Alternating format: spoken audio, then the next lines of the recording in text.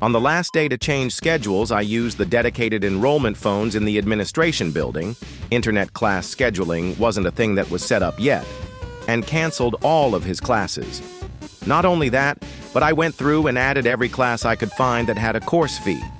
If you owed a debt at the school, you couldn't get copies or your transcripts or anything else. Something that I didn't mention was that Jay was a foreign student and couldn't stay in the country if he wasn't enrolled with a certain number of units.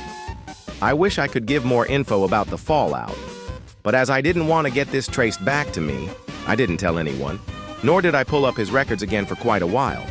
I did get a little payoff, though. Sarah was really worried about seeing him again. She had broken up with him the night after he pushed her, as they had an English class together on Tuesdays. She said that on Tuesday he was there, but there was also someone new standing in the class. He was standing because there weren't enough seats.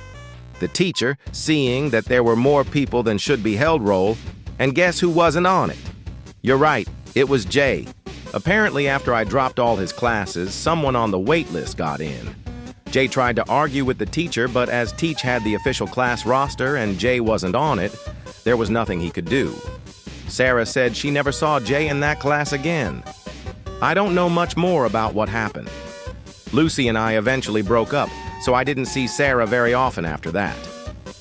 After a while, I did look up Jay's class schedule, and all of the classes with course fees were gone. But he didn't have any other classes on the books either.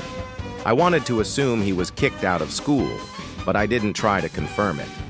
Either way, Sarah didn't have to have a class with him, and while he probably deserved more, he was definitely inconvenienced and possibly kicked out of school. Sometimes I worry I was too harsh, but then I remember that he deserved it. Mess with me, but not my friends.